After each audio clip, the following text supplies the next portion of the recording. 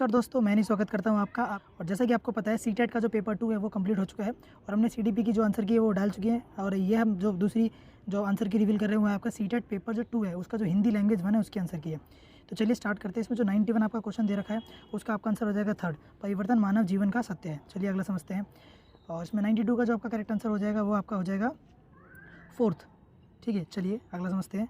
93 का जो आपका करेक्ट आंसर, आप ये ध्यान रखना इसमें जो मार्क लगे हुए हैं वो करेक्ट नहीं है। मैं अलग से आपको क्वेश्चंस बता रहा हूँ जिन पे मैं रेड पेन से मार्क कर रहा हूँ, इनसे वो करेक्ट है आपकी। जो 93 का जो आपका करेक्ट आंसर है वो आपका रहने वाला है जो आध्यात्मिक, वो आपका रहने वाला है आपका फोर्थ। 93 का करेगा आध्यात्मिक होता है, तो ये आपका जो है वो गलत आंसर हो जाएगा। ठीक है, तो चलिए अगला समझते हैं। 93 का क्या हो गया, फोर्थ हो गया। चलिए अगला समझते हैं। 94 का जो आपका करेक्ट आंसर रहने वाला है वो आपका हो जाएगा थर्ड। चलिए अगला समझते हैं। 95 का जो आपका करेक्ट आंसर है वो आपका रहेगा फर्स्ट ही रहेगा। मे बी शायद फोर्थ हो सकता है, बट मेरे को जहाँ तक लगता है वो 95 का फर्स्ट होना चाहिए। चलिए अगला समझते हैं। 96 का जो आपका करेक्ट आंसर रहने वाला है वो आपका हो जाएगा फर्स्ट, भौतिक, मानसिक और आध्यात्मिक। 97 का जो आपका करेक्ट आंसर रहने वाला है वो आपका हो जाएगा थर्ड। चलिए अगला समझते हैं। 98 का जो आपका करेक्ट आंसर होगा वो आपका होगा सेकंड, क्योंकि इसमें आ लगा के अमानव कर सकते हैं और ये लगा के हम बोल सकते हैं इसको क्या, मानवीय। चलिए अगला समझते हैं। इसमें दे रखा है कि आदिमानव ने डैश क्षेत्र में प्रगति कर ली है, तो भौतिक क्षेत्र में प्रगति कर ली है परंतु आध्यात्मिक क्षेत्र में प्रगति नहीं करी है। ठीक है, तो ये आपका हो जाएगा, इसका करेक्ट आंसर हो जाएगा फोर्थ। चलिए अगला समझते हैं। समूह से भिन्न शब्द युग्म है, तो ये जो आपका जो 100 है इसका जो आपका करेक्ट आंसर हो जाएगा वो आपका हो जाएगा सेकंड, आर विहार। चलिए अगला समझते हैं। 101 का जो आपका करेक्ट आंसर हो जाएगा वो आपका हो जाएगा पहला, समाधान। तो अंधकार डैश का प्रतीक नहीं है, समाधान का प्रतीक अंधकार नहीं होता, बुराई, निराशा और चुनौतियों का प्रतीक होता है। 102 का जो आपका करेक्ट आंसर होने वाला है वो आपका हो जाएगा फर्स्ट, सॉरी 102 है ना, 102 कहाँ गया, 102 है, 102 का, सॉरी 102 का जो आपका करेक्ट आंसर होगा वो आपका फोर्थ हो जाएगा। और 103 का जो आपका करेक्ट आंसर है वो आपका हो जाएगा फर्स्ट। और 104 यहाँ पर 104 का करेक्ट आंसर होगा आपका हो जाएगा थर्ड। ध्यान रखिए, मैं बार बार कह रहा हूँ कि जो पेन से मार्क लगे हैं आप उसको करेक्ट ना माने, जो मैं रेडिंग से कर रहा हूँ वो ठीक है। तो 104 का हो जाएगा आपका थर्ड। चलिए अगला समझते हैं। 105 है आपका, उसका आंसर हो जाएगा आपका फर्स्ट। अगला समझते हैं। 106 का जो आपका करेक्ट आंसर होने वाला है वो आपका हो जाएगा सेकेंड। ठीक है, और 107 का आपका करेक्ट आंसर हो जाएगा वो क्या हो जाएगा आपका सेकेंड। चलिए आगे समझते हैं।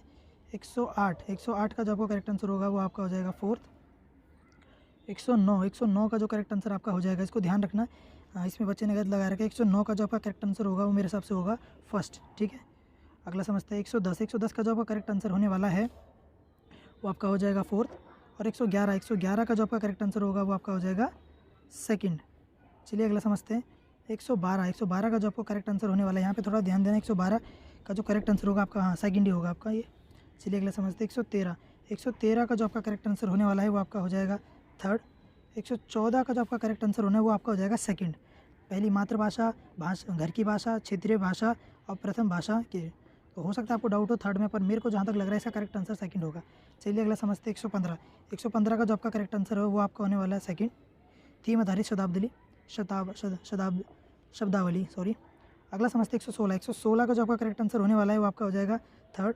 ठीक है, पारस्परिक शिक्षण, आप रेसिप्रोकल जो शिक्षा टीचिंग होती है। 117 का आपका जो करेक्ट आंसर है वो आपका रहने वाला है थर्ड।